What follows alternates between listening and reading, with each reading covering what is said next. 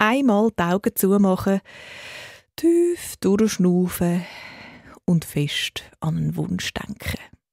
Was wär's bei dir für einen, wenn du einen einzigen Wunsch offen hättest? Ich bin Anna Zöllig. Mit mir hörst du eine Geschichte über den König Midas. Er hat auch einen Wunsch offen. Will er, dass es bei ihm echt ist?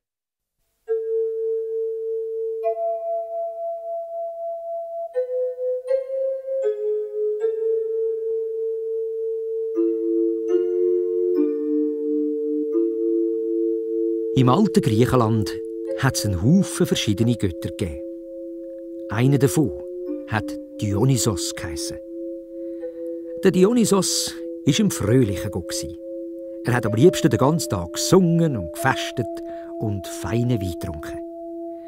Schliesslich war er ja auch der Weingott. Er hat gewusst, wo man die Reben pflanzen muss und wie man sie pflegen muss, dass es dann auch wirklich einen feinen Tropfen gibt und einen feinen Traubensaft. Der Dionysos war einer der beliebtesten Götter der Griechen. Sie haben ihm ganz viele Tempel gebaut und bei jeder Gelegenheit haben sie ihm zu Ehren ein Fest veranstaltet. Dionysos, sein bester Freund und sein Berater, war der altweisshaarige Silenos. An einem sonnigen Sommertag, der Himmel war knutschblau und die Sonne zitronengelb, ist der Dionysos mit all seinen Freunden übers Land gezogen. Natürlich war auch der alte Silenos dabei. Sie haben es wie immer lustig gehabt, haben viel gelacht und sind lang und weit gelaufen. Gegen den Mittag sind sie beim schönsten Garten der Welt vorbeigekommen. Ein Garten voller Rosen. Es war der Garten vom König Midas. Der Silenos hat schon viel von dem sagenhaften Garten gehört und er wollte ihn unbedingt anschauen. Die anderen haben den Garten kaum angeschaut. Sie haben ihn links liegen lassen und sind weitergewandert. Der Silenos aber ist in den Garten hinein.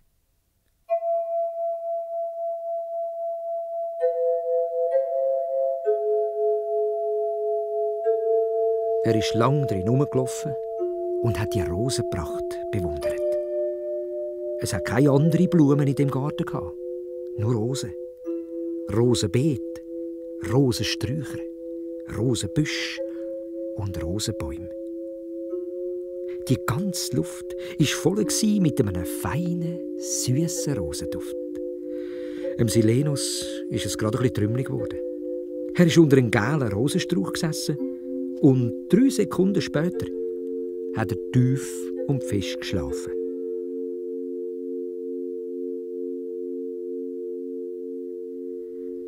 Der Weingott Dionysos war mit seinen Freunden schon weit weg, wo er plötzlich gemerkt hat, dass der Silenos nie mehr rum ist. Er hat sich angefangen Sorgen zu machen. Aber er war vom vielen Laufen müde und es hat ihm ein bisschen gestunken, den ganzen Weg zurückzulaufen. Und nicht nur er war müde. Auch die Sonne war faul, weil sie den ganzen Tag scheinen musste. Darum hat sie das rote Pischi angelegt und ist geschlafen. Und der Silenos, der hat immer noch gepfuset, unter einem gelben Rosenbusch, neben dem Bächli. Und lauter geschnarchelt, als das Bächli gerauscht hat. So laut, dass ihn der Gärtner entdeckt hat. «Ja, was fällt denn dem ein?» hat er geschumpfen. «Der Garten gehört dem König Midas. Vagabunden haben da ihnen nichts verloren. Ja, warte nur.» Der Gärtner hat geschwind lange, stachelige Rosenranken abgeschnitten und dem Silenos die Füsse und die Hände zusammengebunden. Aber der Silenos hat seelenruhig weitergeschlafen. Er hat die Augen erst aufgetan, als er den Gärtner wie ein Stück Holz vor den König Midas geschleicht hat. Hoppla, jetzt ist der Silenos aber verschrocken. Ja, wo bin ich auch? Ja, und wo sind denn die anderen? Haben die mich einfach im Stich gelassen? Aber der König Midas hat den Silenos freundlich begrüßt und dem Fesseln sofort abnehmen lassen. Ihm war der Silenos auf den ersten Blick sympathisch gewesen. Und er hat ihn zum Znacht eingeladen.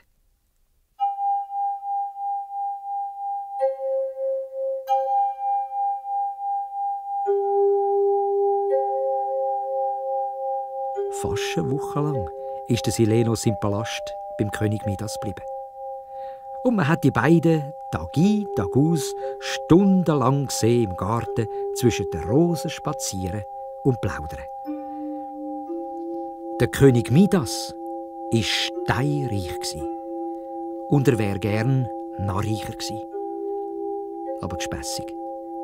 In der Zeit, wo der Silenos bei ihm war, hat er keine einzige Minute an Geld und Gold gedacht. Ganz andere Sachen sind wichtig für ihn geworden.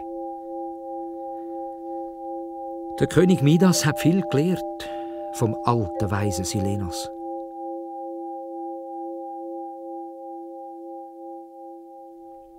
Aber dann, an einem Morgen, hat Silenos wieder zum Dionysos zurückgewählt. Der König Midas hat seinen schnellsten Reiter gerufen und sie haben den alten, weisshaarigen Silenos auf einem schwarzen Ross zum Dionysos geritten. Der Weingott Dionysos hat seinen liebsten Freund umarmt und fast nicht mehr losgelassen. Weil der König Midas den Silenos so gut bewirtet hat er sich vom Dionysos etwas wünschen. Was meint ihr? Was hat sich der Midas gewünscht? Was würdet ihr euch wünschen, wenn ihr nur einen einzigen Wunsch hättet? Der König Midas hat alles vergessen, was er vom Silenos gelernt hat. Wie früher hat er nur an etwas gedacht: ans Geld und ans Gold. Darum hat er sich gewünscht, dass sich alles, was er in die Hand nimmt, in Gold verwandelt.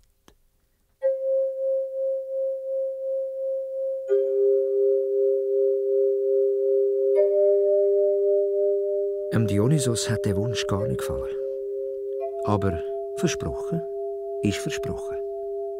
Und er hat dem König Midas den Wunsch erfüllt. Und der König Midas ist zufrieden wieder heimgeritten.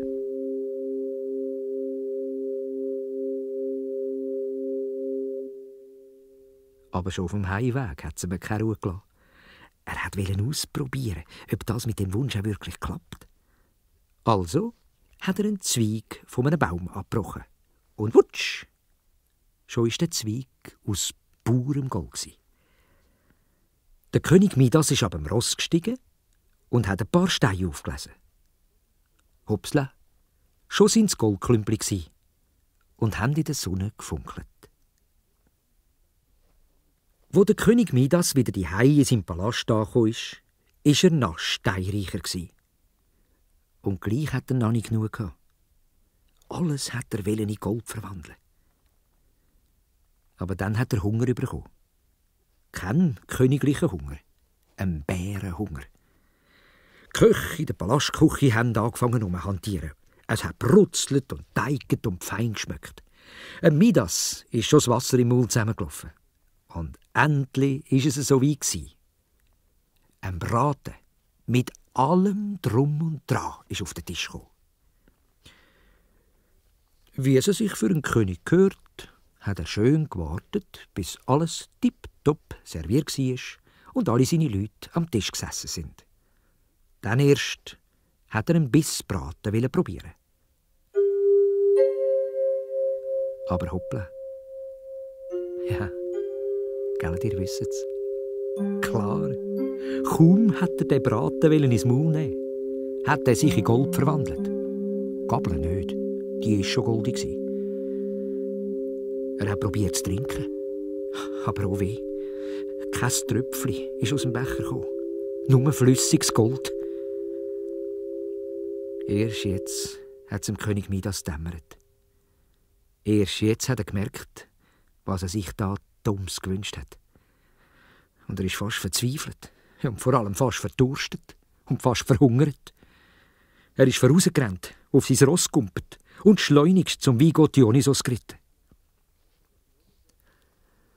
Der Dionysos hat gerade gewusst, was es geschlagen hat. Aber er hat nichts dergleichen getan und der König Midas nachher schmoren. Erst dann hat der Gott Dionysos freundlich zum König Midas gesagt: «Gang zum Fluss und lauf dem Ufer nach, bis zu der Quelle kommst. Und dort, wo das Wasser aus dem Felsen sprudelt, wäschst deine Hände und bist erlöst. Das hat der König Midas gemacht. Und seitdem findet man im Sand von dem Fluss ganz feine Goldkörnchen. Und der König Midas hat wieder trinken und essen und ist für alle Zeiten von seinem Goldrausch geheilt gsi.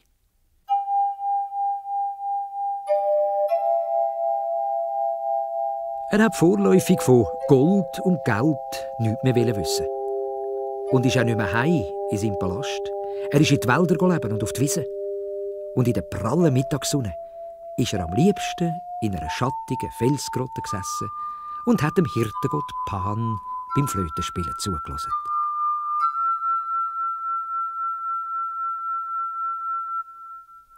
Einmal an einem schönen, warmen Sommertag ist wieder etwas passiert.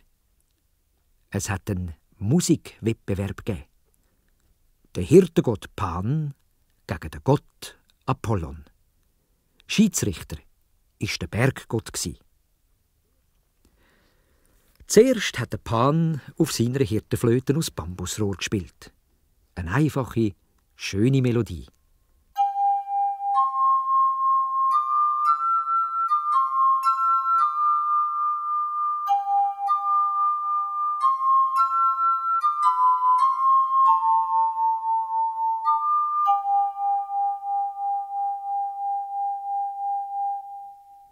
Und dann ist der Apollon dran gekommen.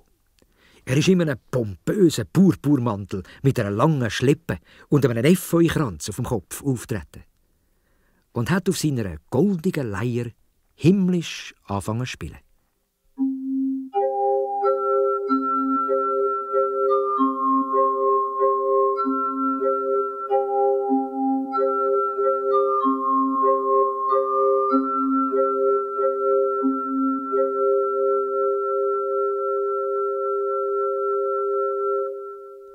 Es ist mucksmüsli still geworden, bis der letzte Ton verklungen war. Und dann haben alle begeistert geklatscht.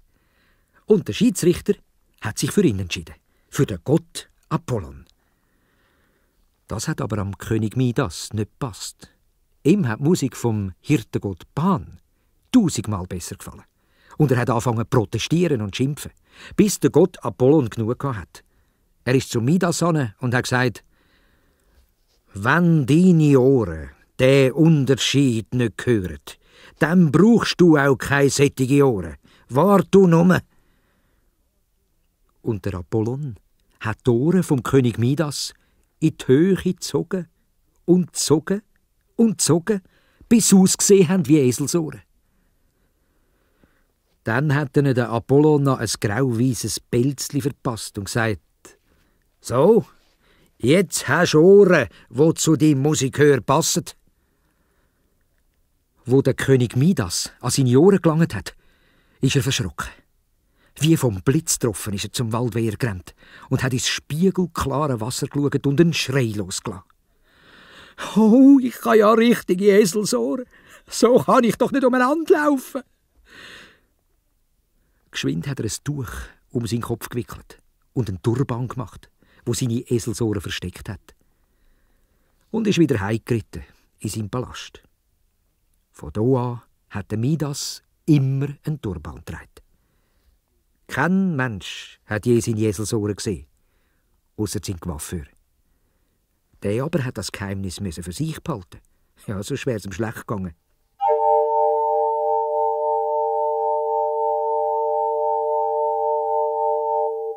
Die Zeit ist vergangen und vergangen. Der König Midas hat allbald einen anderen und noch einen schöneren Turban angehabt. Man hat ihn sich ohne Turban schon gar nicht mehr vorstellen. Und der Coiffeur, er hat das Geheimnis gehütet, wie ein Schatz. Aber plötzlich an einem Tag hat er es nicht mehr für sich behalten. Ja, ihr wisst sicher, wie schwer es manchmal ist, ein Geheimnis für sich zu behalten. Der Coiffeur ist fast Platz vor Lust, dass er das Geheimnis endlich jemandem verraten konnte. Und dann, wisst ihr, was er einmal an einem Tag gemacht hat?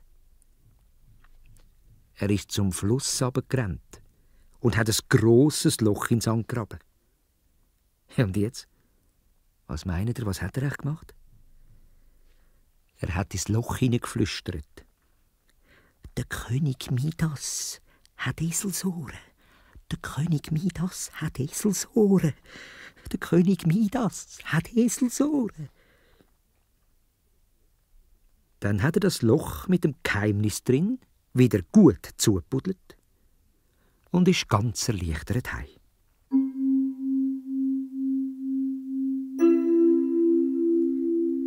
Gleich drüber runter ist an dieser Stelle ein junges Schilfröhrli aus dem Sand gewachsen.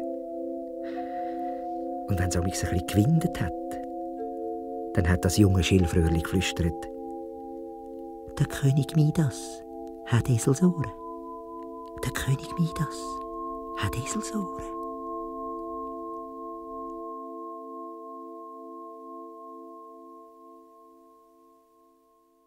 Ein Geheimnis, wo wohl schon bald kein Geheimnis mehr ist. Mehr griechische Geschichten, aber auch ganz andere, geben wir dir, wenn du den Hörspiel-Podcast abonnierst. Und dann freue ich mich, wenn wir uns schon ganz bald wieder hören. Anna Zöllig, mein Name. Tschüss.